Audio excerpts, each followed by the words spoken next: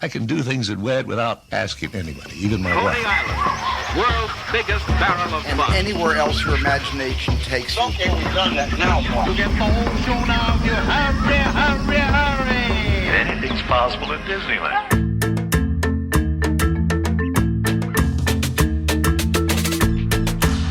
Welcome aboard the Themed Attraction Podcast, where we take you for a ride through the wonderful world of theme park design. That is, you've just joined us for an exciting voyage to discover the who, what, why, and how they did it via in-depth discussions with theme park industry masters of the craft. I'm your skipper, Freddy Martin, and we've got a very special ghostly episode for you tonight.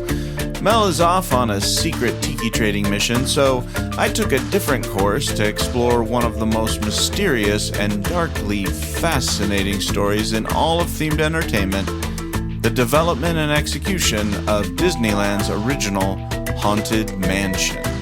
To do so, I sought out one of the key experts on the subject, former creative executive for Walt Disney Imagineering, Tom Morris.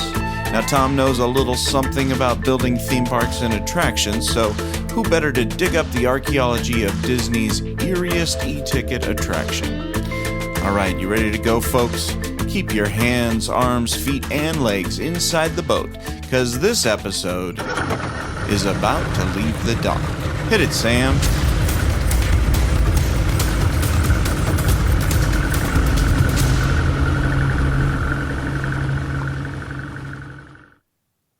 Hey folks, since we are flying solo today with Mel McGowan of Storyland Studios not at my side this time, I got a little bit spontaneous and I called up Tom Morris. Tom Morris is a former creative director for Walt Disney Imagineering, a good friend of the show. He was actually our first guest and just been very supportive of us, and we're supportive of the great stuff that he's working on, which we'll get into here in a little bit. For those of you who don't know Tom Morris's work, you should. He started one of his first projects with Imagineering was the Journey into Imagination attraction at Epcot, which he was part of designing that turntable ride system that everybody still talks about. He worked on sections of Horizons there in Epcot, and then was a key part of the creation of the new Fantasyland at Disneyland in 1983. He's the guy who's responsible for adding the music to Space Mountain at Disneyland.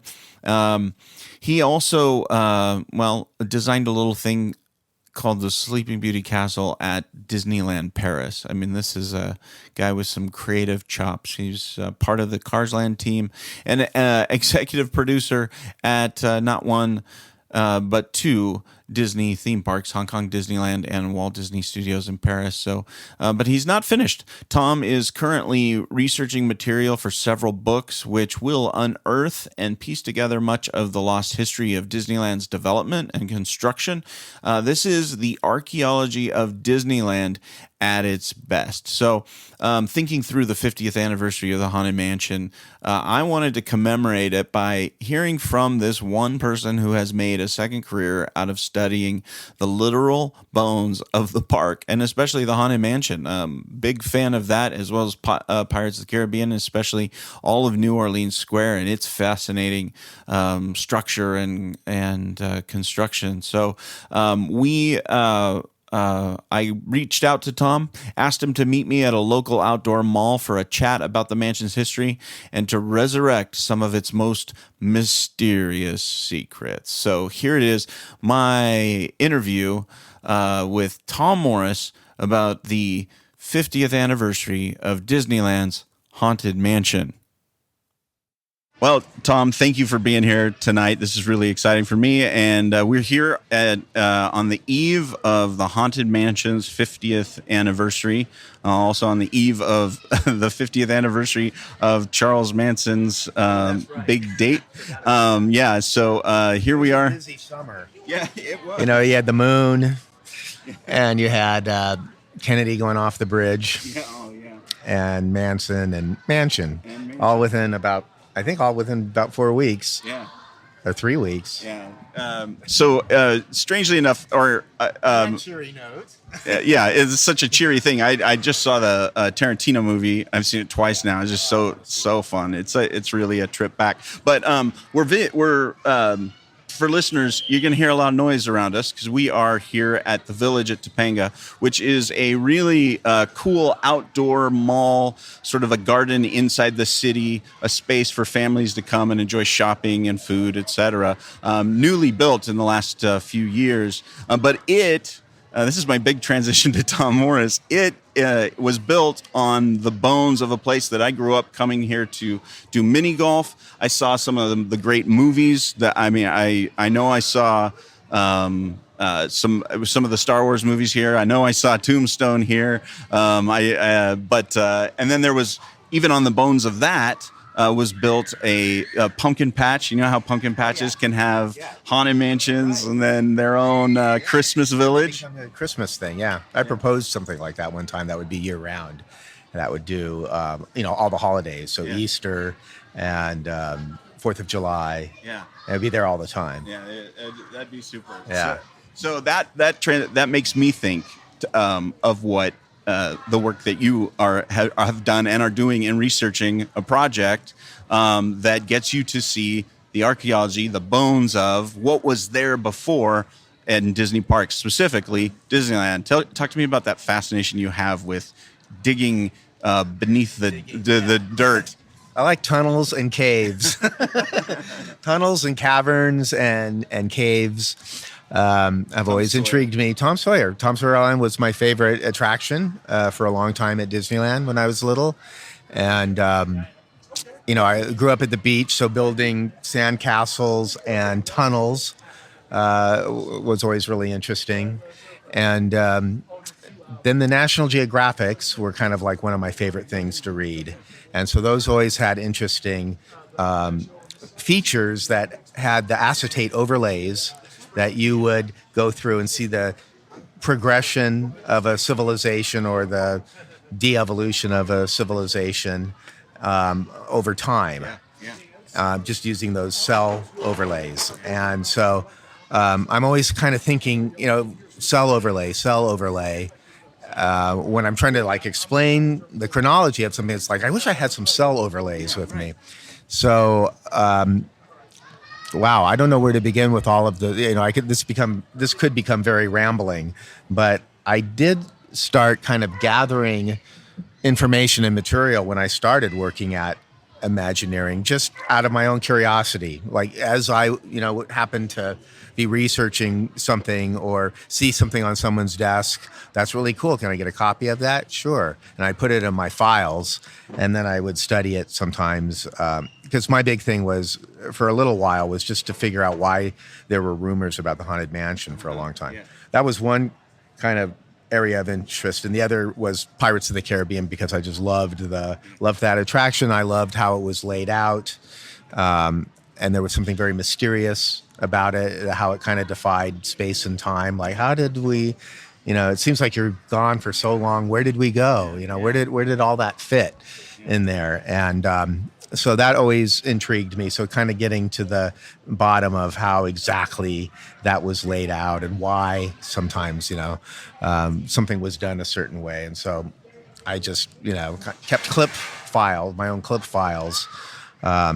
And then, those files just sat for years and years because I was so busy. Yeah, right. So busy with, you just get busier and busier at Imagineering and traveling and living in different countries and things like that.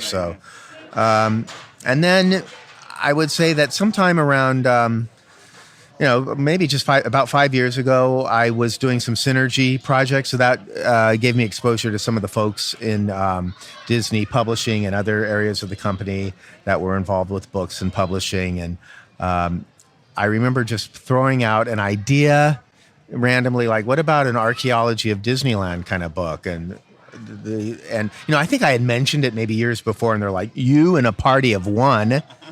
Yeah, well, you're right. Maybe at the time, but this time when I said it, everyone kind of lit up and said, how soon can you have that? Or do you know someone who's doing that? I go, well, I have been thinking about doing that. And they said, well, when do you think you could have it? Yeah. And I said, not until I'm gone, because I have no time to work. I can slowly work on it, but I can't jump on that right now. So I left about 2 or 3 years ago now, and they're still, I think they're still interested in that idea. They were the last time I spoke with them, but all these books are 3, 4, 5 years out. Yeah. And so as I continued to slowly kind of organize material for that, another opportunity came up to do a book that was just focused on New Orleans Square and the history of that. And so I continued to go over to the archives and other resources, because there are magnificent resources all over the world and here in Southern California that have little collections that have things that Disney doesn't have. And as I went through those collections and kind of deep dived a little bit, I found myself in some rabbit holes that had never been explored before. But even more importantly, names I had never, names of people who seem to have done important things that I had never heard of. And I was at Imagineering for a very long time, and I thought I knew who all our forefathers and mothers were. And all of a sudden I'm, hearing about new names. A name came up, Ted Rich. Have I heard of that name before? I don't know. His name appears on a lot of the New Orleans Square architectural, detailed drawings of New Orleans Square. And so I figure, he's one of the draftsmen working on that, probably an architect. And 2 weeks later, I talked with Glenn Derflinger, and I asked him, I said, who actually, if you could give credit to someone, I guess, for the castle in Florida, who would that be? Would it be Bill Martin, or would it be you, because he worked on it? And he said, no, Ted Rich. This is Ted Rich's castle. Wow. Really? Yeah. Wow, I think I had just seen his name on New Orleans Square drawings. He goes, oh yeah, he also New Orleans Square. I said, so you would say Ted Rich kind of drew up all those facades, and this one will be an iron balcony, and this one will be a little more Spanish here with a little half window. Yeah, Ted did all the key elevations, and then everyone followed that. And Bill Martin, as architect and art director, was responsible for the whole thing in kind of an oversight way, but someone had to sit down on a board and figure it out. Yeah. Ted would be credited as being the supervising animator if the analogy was animation. But yet his name is sort of lost to the history. Totally lost. But it came up again a month later when I went to Tanya McKnight's. There was a Ryman event at the home of Tanya McKnight, who purported to be an Imagineer from the 60s and friend of Herb Ryman. And so, I got to check this out. And it turned out to be very true. A very good friend of Herb's and Mark Davis and all those folks. Mm-hmm. And so I sat down and talked with her for a little bit, and then followed up with an interview a week or so later. And she said the exact same thing about both the casts. Well, about the castle, for sure. She seemed to think Bob Brown, Walt's son-in-law, also had a lot to do with New Orleans Square, but more the interiors than the exteriors. So now, all of a sudden, Ted Rich 3 times in almost a month. But no one else has heard of him. He was only there for about 4 or 5 years. He doesn't pop up on the internet anywhere. He's someone I've got to try to track down. Some of the other folks that I'll be interviewing, I'm sure, who were there in the 60s, will remember him. So that was one name. Tanya was another. I knew about Dean Tavoularis because I started in show set design, and my boss, George Windrum, at the time, and this is back in the early 80s, told me about this guy named Dean Tavoularis, who was in the department a long time ago when it was at the studio. And I said, oh, that's interesting. And he said, yeah, it's very interesting, because now he just did Apocalypse Now. He just finished that film, and he did all of Coppola. He did the 3 Godfather films and these other films that he mentioned. I go, that's really cool. and then kind of like forgot about that for years. And then as I dove into the Haunted Mansion more and more, all of a sudden his name is showing up on the architectural drawings done in 1962 of the house. The key elevations of that home are done by Dean Tavalaris. So, okay, now he's on my radar again. Is he alive? I don't know. So I Google him. Oh, he's more than alive. He just got a AFI Lifetime Achievement Award, and so someone hunted down his number and an email, I think, and I emailed him, and I got a response a couple weeks later. And then in January or February, I went over there to interview him, and he brought up some more names. Mm-hmm. William Tunsky was a name that he brought up as a contemporary of his there who was in the drafting department for quite a while, working on Disneyland projects. And he went on to become an art director at the studio on Mary Poppins, among other films. Almost every other film done by Disney in the 60s and probably halfway through the 70s. And he went on to do television, and TV shows, Mayberry and things like that. Right. So he was in that department working on Disneyland projects. Carol Clark, who was the other art director on Mary Poppins and who goes back to the 20s, was there intermittently working on Disneyland projects, including the Haunted Mansion. And Marvin Davis, of course, who went on from Disneyland to do films starting around 57 or 58 and came back to Imagineering. So he felt that Marvin Davis was kind of his mentor. And and Marvin Davis put Dean on the Haunted Mansion elevations, architectural. So, so there's, so I keep getting these, more and more names that I've never heard of before. So it's like, okay, damn it, I'm gonna have to focus on this, because a lot of these folks some of them are still around, and some of them are recently passed, but some of them are still in the memory of people who are, in their 70s and 80s right now. And so I've got to track down those people, talk with them about. So I switched gears, and with the approval of the people who wanted to publish the New Orleans book, I said, let's put this one first. Let's do this and get this going, because time is of the essence on this. And I want to get it done in like a year. I'm not going to be able to do a bio of every single. Originally I'm like, okay, I'm going to do a little bio on every Imagineer. Touch this thing.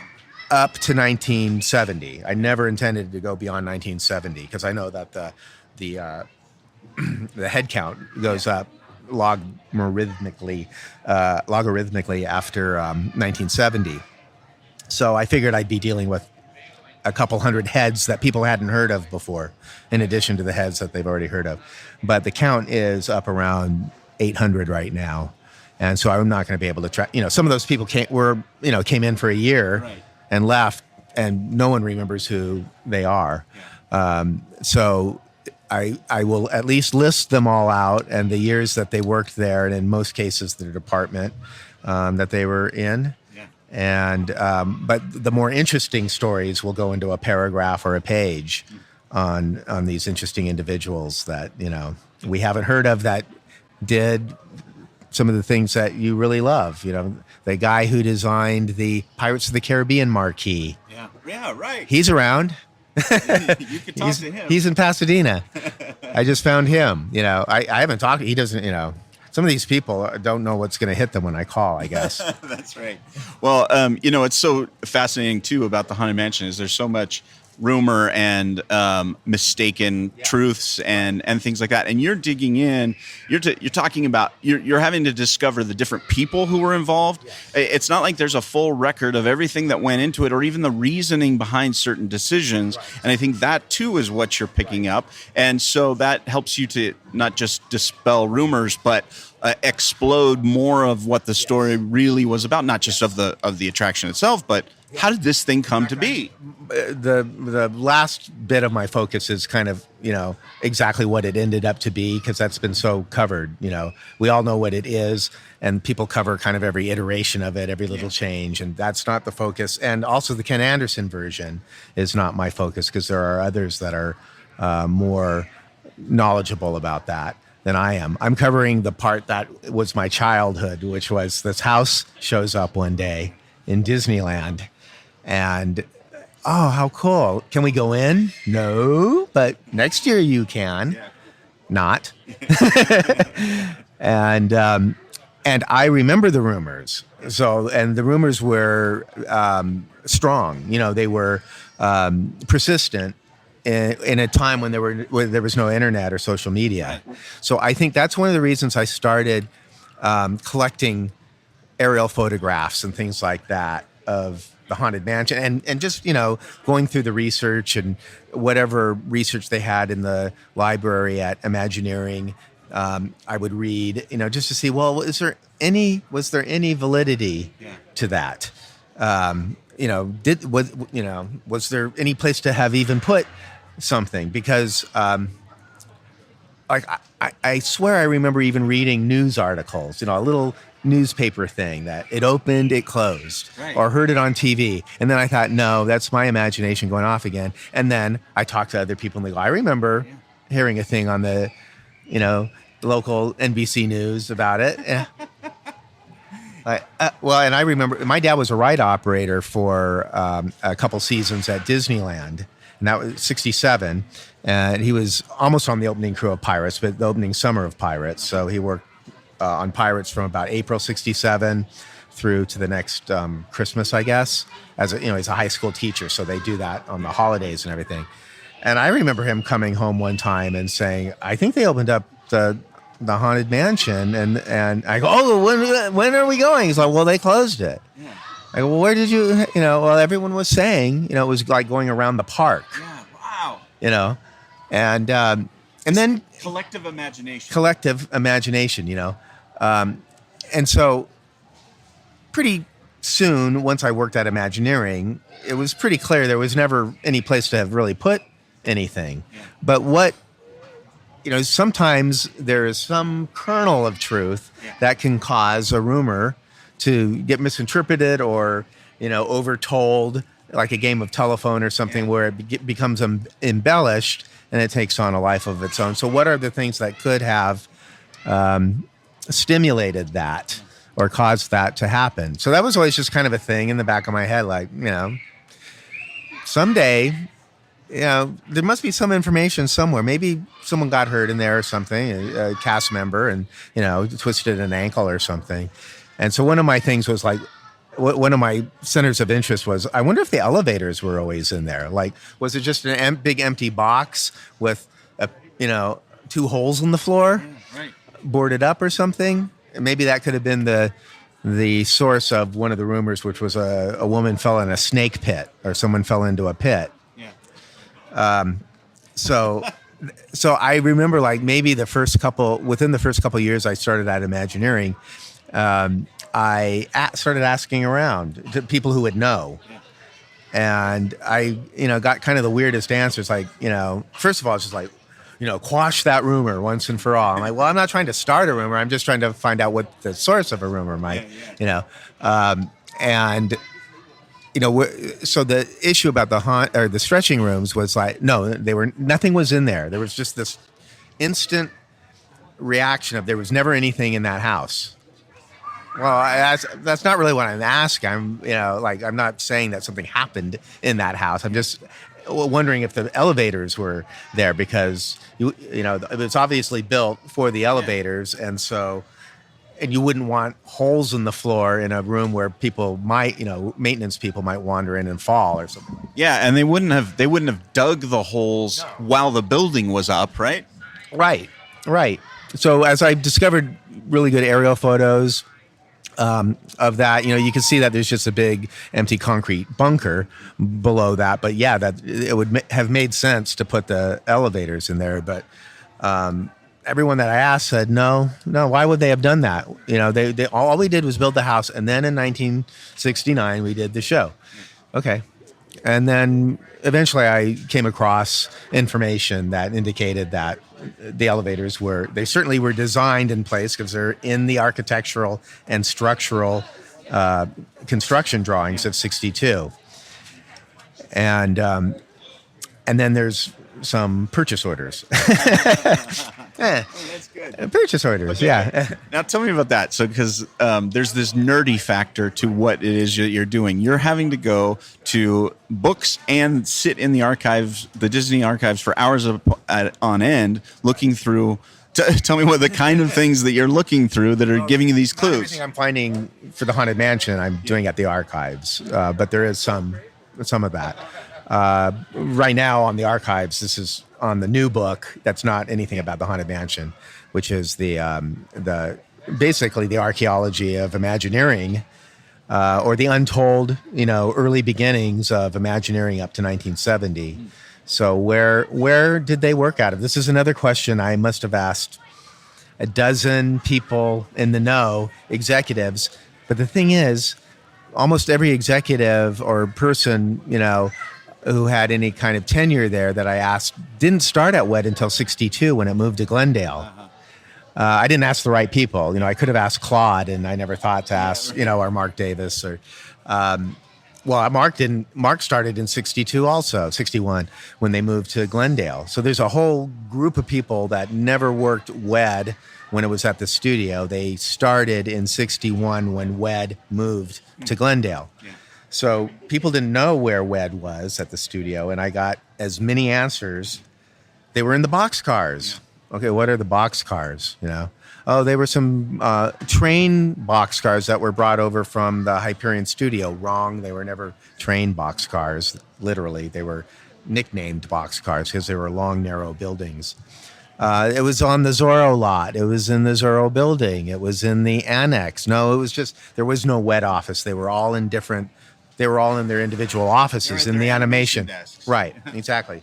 Except in 55, there was only one or two people from animation that were working on Disneyland. There were another 90 people working on, really working on it. So it was in the animation building. Yeah.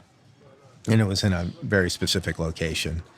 And so I am, and the studio phone directories are pretty explicit about, where people are within that building, and even what room they're in. So you've dug deep to figure out that the story of the Haunted Mansion is the thing that people start to focus on. Well, how did it get to where it is? There's mystery surrounding even what the story was supposed to be, or whatever that is.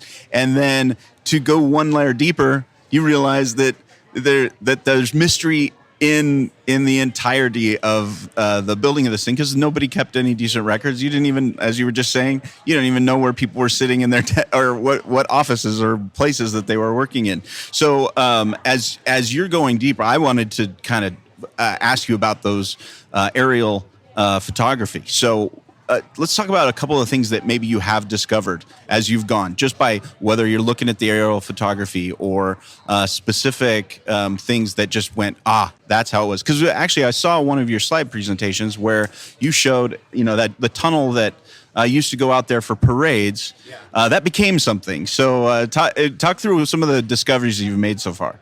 Well, the shell, the underground, not really underground, but it's kind of a culvert. Concrete ditch, if you will, I guess, under the train track, under the Haunted Mansion, which would eventually contain the corridor of haunted portraits and the exit and the loading area. Sat there as a big kind of concrete bunker built in 1962. And in 66, I think, and I don't know how long, but sometime around 66, for maybe a year or so, it was a storage area and halftime area for the parade that would go from Town Square. I guess at that time it went through Frontierland, and I guess it went maybe through Indy. I don't know how it got back there. Actually, I need to ask some people about how it got back there. But then as it waited for, 4 or 5 hours to do the afternoon parade, it was stored under the Haunted Mansion there. And you can see that in some aerial photographs. So it's really cool. You can see like gingerbread men. In a place you wouldn't imagine. Exactly. And there were lockers, I think down there for maybe some of the cast. And, who would know is Ben Harris. I think he knows a lot about that. And there's still quite a few people who remember that. Yeah. And that could have been a source of rumor, or speculation, because they, a couple times they had to go in and do adjustments to the elevators, which were there the whole time. Because they're there the whole time, they have to be run, like a car. You got to run a car a couple times a year. So I guess they'd have to run the elevators. They had to make some adjustments on them. A friend of mine's, it is, all of this stuff is so convoluted and crazy, right? So a friend of mine, his uncle just happened to work for the engineer who engineered the stretching rooms. It was a, outside company. And he has some documents that talk about them going back in 64 to make some adjustments because as they tested those elevators in place, it caused the house to shake if they were operating at the same time. So that's something they hadn't thought of, I guess, or something. So they had to do fine tuning to the cables and everything. Well, as you have contractors coming in and out of there doing work, people could be thinking, oh, they're starting up. They're going to do it now. They're going to do, and that gets the thing going. It's going to, they're going to do it. Plus, you've got handouts and things that say we're, coming soon. Sometimes it says coming in 63 or coming in 64. So, all of that, I think, kept that it's going to open soon. Oh, how come it isn't open? Oh, something must have happened. Yeah. So, I think, a lot of that was that. There was some concrete work that they had to redo at one point. As you go through that train tunnel, it's rock work in there, but it wasn't. The first one at Disneyland. The one that's from between New Orleans Square. After the station. Yeah. After the New Orleans Square station, and you go behind the Haunted Mansion, you go into a rock work tunnel. It wasn't always rock work, and Tony Baxter will tell you about, as a kid going on the train and looking right down into that concrete culvert, and he knew it wasn't going to be open soon as long as there was daylight, down there, and so at one point they're doing a walk. Walt and group are walking through, and Walt notices that they haven't put a tunnel in there. It was supposed to have one. It was designed with that tunnel. So that's on the 62 drawings when someone cut it, And so a couple weeks later, the tunnel's there. So you're seeing probably a construction group come in there, working, a crew coming in there doing plaster work. And, you have crafts. You got some crafts in there doing some work. And so now it's got to really be opening, And then there's a trading card that comes out in 1965. There's a series of Disneyland 10th anniversary trading cards. And one of them is the Haunted Mansion. And there's a bunch of kids standing in front of. They've been there. Yeah, and it says opening next year. So it just keeps going on and on. Yeah. And there's another thing the Jonathan Winters special. Okay. Yes. So they film a special down in the culvert and on the berm around it. And so, who knows? A film crew down there and a bunch of work going on down there. It's just off and on, there's work going on down there, which could cause cast members to say, they're starting it up. Well, cast members have lots of friends and lots of family, and so lots of dinner table. And where I grew up, there were a lot of Disney people in positions of, either design positions or executive positions. One of them was Emil Curie, so he would have been in charge of interiors and Walt's apartment. And I remember my sister one time telling me, the Haunted Mansion's never going to open. Well, why not? Because Walt's going to move into it. So that's a reworking, a bad telephone game of something that was actually true. And, I always wonder, well, was that Emile Curie's daughter who went to the schools in my area? And she was probably the same age as my sister, older. And so maybe that's, where that came from. So, all these rumors, and, like I said, they weren't amongst Disney. There was no such thing as Disney nerds. Yeah, right. It was just, kids on the playground, and it was an interesting thing. Yeah. And sometimes you'd hear your parents talking about it or your older siblings. Yeah, and I think what's funny too is that the opening of this thing, you couldn't pay for the marketing value of delaying that thing for as many years as it was delayed, because the people who are in charge of making that thing happen are probably sweating. Some people are losing their jobs.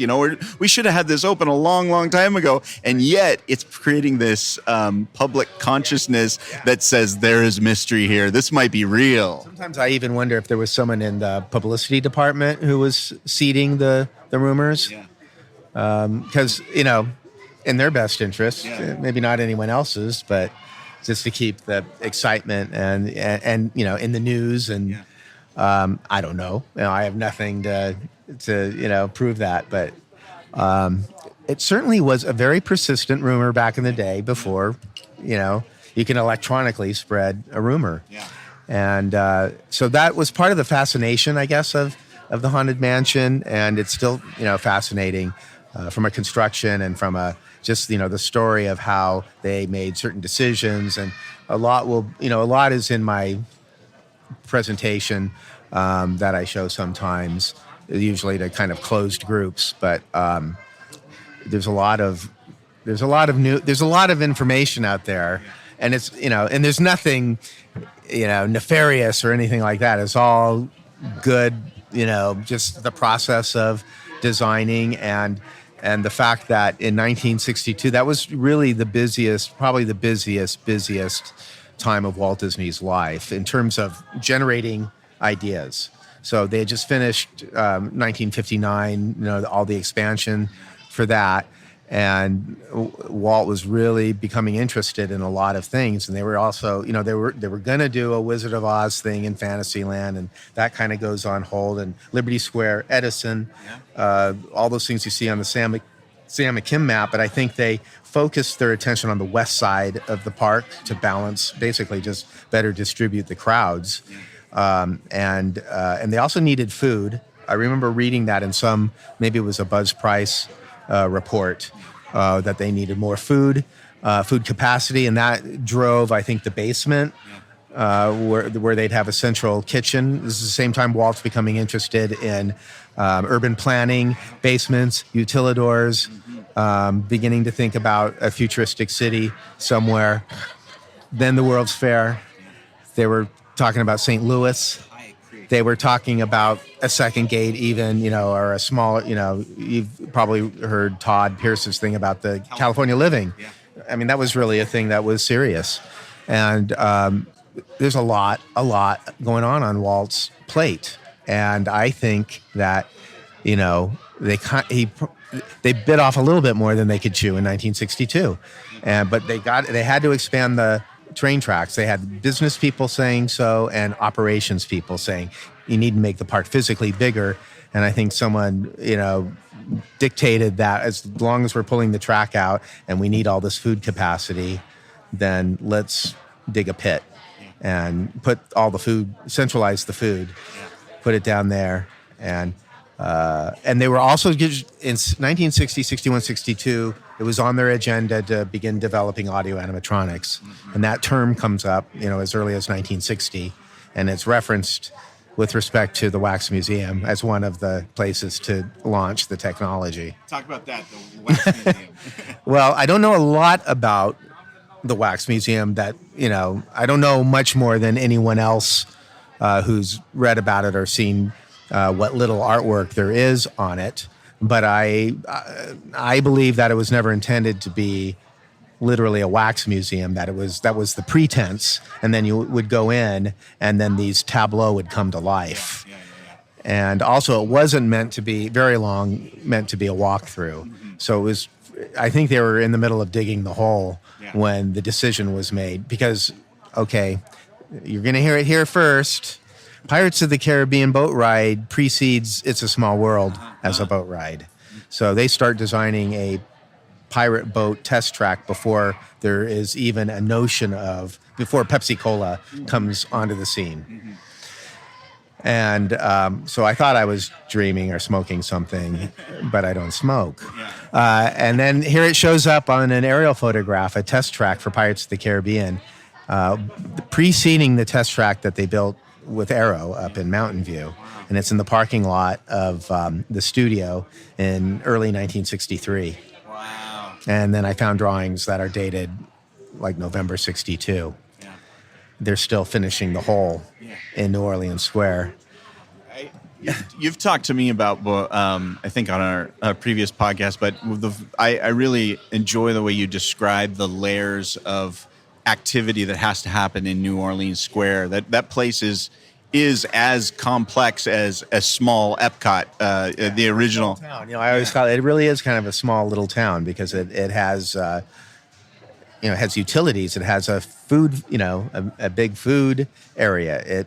It produces a lot of food, many meals, every day, and merchandise, and lockers, break areas, a really great ride, entertainment. A private club. Downstairs, not only is the central kitchen and part of the ride, there's a merchandise storage area. The first, I think it was the second one. It was a tray conveyor. It had a funny name. They always had like a utilidor, right? Treveyor or something like that. And it was it was something that someone had recently invented in the food world, and Walt was, I think, particularly interested. He wanted one. He got one in the Plaza Inn. And which is weird. It's underground. It goes under the porch. I just learned that a few weeks ago. Wow. So that one went in '65, and then they wanted this.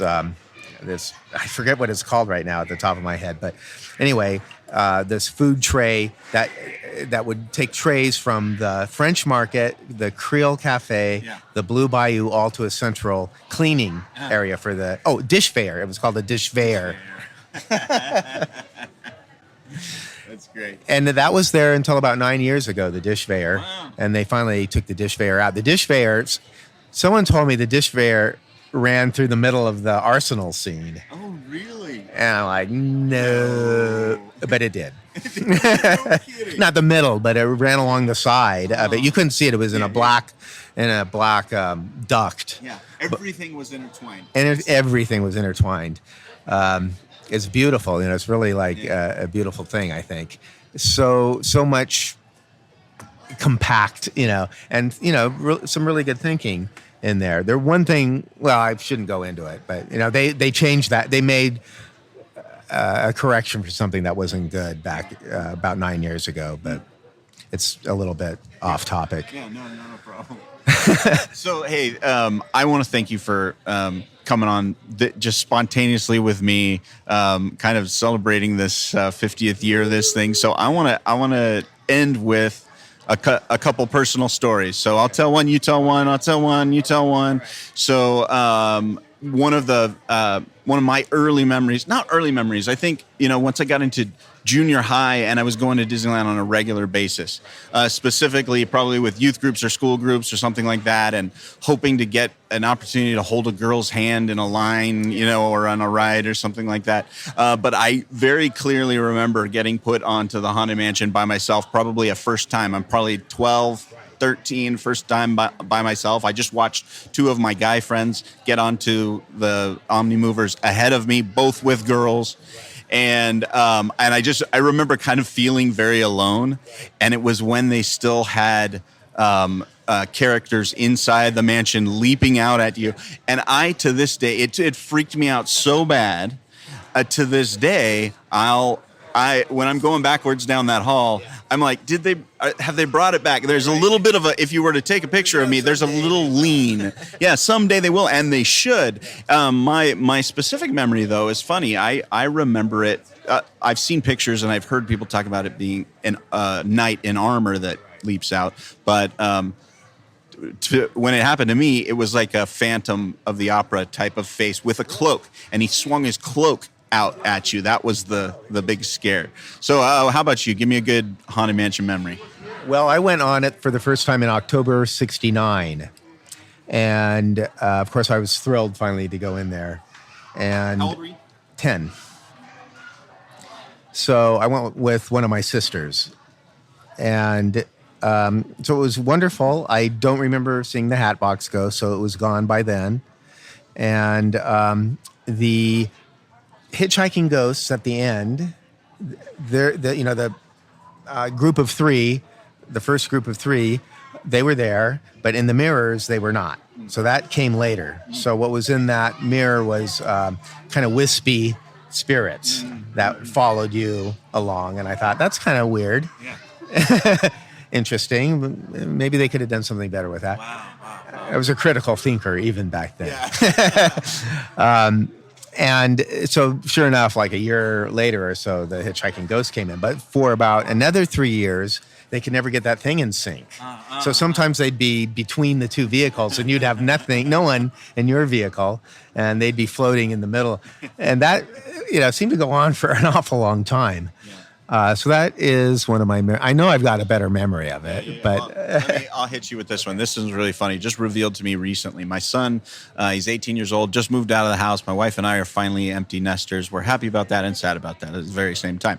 But our son, early on, very into pirates. We got into pirates early, and we're just before Johnny Depp was into pirates. We were having fun with this young guy dressing up as a pirate, and daddy and son playing pirates. So when we would go to the park, we loved going on Pirates of the Caribbean. He was brave. He had guts to go on Pirates of the Caribbean. But there was always this tension when we would go that he would feel we were like, Daniel, isn't it fun with the pirates? And he wasn't afraid of the pirates, but there was some like trepidation in him. We couldn't get him excited, or he would hesitate to become excited. Well, it wasn't until this last year we found out. So you naturally, after Pirates of the Caribbean, you leave through Pieces of Eight, and you turn left and you go to the Haunted Mansion. He's terrified of the Haunted Mansion at those young ages, and so he couldn't enjoy Pirates of the Caribbean because he knew what was coming next, which was the Haunted Mansion. And he told us that he recognized that in himself as a 6-year-old, now as a 17, 18-year-old, that was what kept him from enjoying the pirates. I was 4 years old when the first time I walked up to that house. And I couldn't get in that thing fast enough. It's just, but the thing that scared me at Disneyland was the rocket jets that when they were up high, and you'd get in the elevator and there was a no turning back now. They didn't say that, but it's like, oh, it's really high up there. And you felt like there were no seatbelts at the time. So it really felt like, you just didn't trust physics. Yeah. And I remember being horrified up there, and then I couldn't be horrified in front of my friends. So by now I'm like 10, 11, 12, and I would get on those things, the elevator, and I would have the worst, nearly panic attack. That was my scary attraction at Disney. I loved Snow White when I was 2, 3, 4 years old. I couldn't get enough of the Snow White attraction, and I have a kind of another story about, so I have this weird thing that happens where I think I remember something, like the rumors and everything. Right, it's like, right. Is that just my imagination? Am I making that up, or did this really happen? Yeah. And every time I question myself about that years later, eventually I find out the thing was true. It's real. It was really a thing. That's why I'm still out there about the rumors and everything, and so, here's one, 4th of July, 1967, and this is one of my favorite holidays. and I got the box of Red Devil fireworks and everything. But it's going to be the first 4th of July where my dad can't, participate because he's got to work at stupid Disneyland on the stupid Pirates of the Caribbean ride. And this is upsetting me, but okay. So, that's cool. We go over to some friends. And then around sunset, suddenly my dad shows up. And I'm like, yay, but why are you here? And he said, well, they had to close the ride down because one of the pirates caught on fire. I'm like, really? Wow. Well, good. What pirate was it? And he said, the one on the in the burning city with his arm around the lamppost. Oh, that's weird. Like, cool. So we do 4th of July, and that's great. And I always remember that. And then years later, I'm like, audio animatronics don't catch on fire. Disneyland doesn't have fires, Like, oh, he made that up. He called in sick, and he made up this story, this cockamamie story about, a pirate catching on fire. And then I'm reading an interview, 10 years ago, by Alice Davis. And she's saying, I recommended that all of the pirate costumes have a backup costume. Because you can't just have one costume. There's so many different things. Like there's oil leaks that happen and all these things. And the guy in charge of accounting didn't want to pay for it. And then one night, one of the pirates catches on fire. The pirate on the lamppost in the burning city. No. And I get this call first thing in the morning. Alice, one of the pirates caught on fire. Come in. We need. Oh, and the sprinklers went on, so a lot of the costumes got damaged from that. What are we going to do? Can you give us an estimate on how long it'll take to? Well, she had made a backup set already. And they had it, and they had it open that night, the next day, or the next evening. So it was only down for like a day. Yeah. But better than that, the story was true. And the pirate, if you've seen the picture of some Mapo guys working on that lamppost guy, that's Roger Brogy and John Franke and Dave Sweninger. And that's the replacement pirate. Oh. That's the second pirate. Wow. Yeah. So there's other stories I have like that we'll save for next time. Yeah. But that's one of my favorites. That's great. Well, I'm just gonna cut us loose, but I know the listeners don't want us to. But we're gonna head on home, but we're gonna have some good, happy nightmares with some grim, grinning ghosts tonight. Thank you, Tom, for being on the program again. And how can people follow your adventures? How can people get into watching you? Anything like that? I post some of my Disney stuff on Twitter. Tom K. Morris.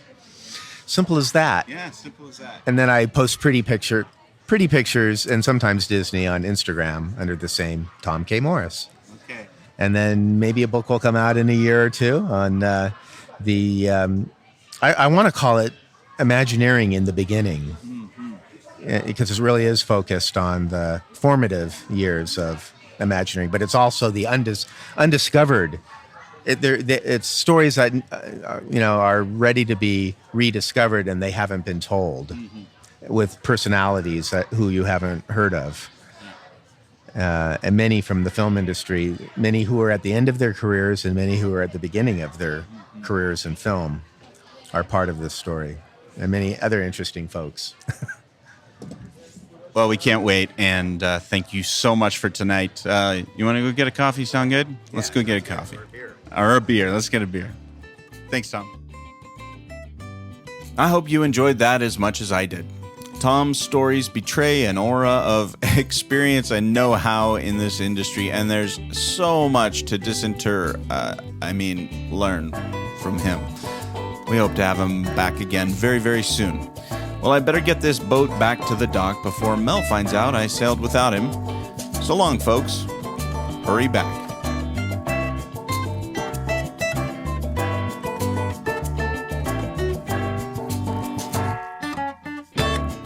The Themed Attraction podcast is hosted by Freddy Martin and Mel McGowan. Leave us a review on iTunes Podcasts and share the show with your friends. You know, folks, we just cannot thank you enough for your generosity of your time to listen to our show.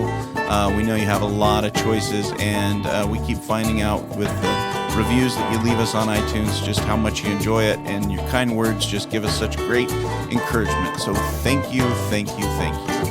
Our guest was former Disney Imagineering creative executive Tom Morris. You can follow him on Twitter and Instagram at Tom K. Morris. Get access to more stories and interviews at themedattraction.com. You can find all kinds of great background in many of your favorite attractions there on that website that's made by theme park designers for theme park designers. Connect with Mel by email via mel@storylandstudios.com or follow him on Twitter at Mel McGowan and Instagram at Visioneer. You can find me at freddymartin.net and follow my adventures at SkipperFreddy on Instagram and Twitter.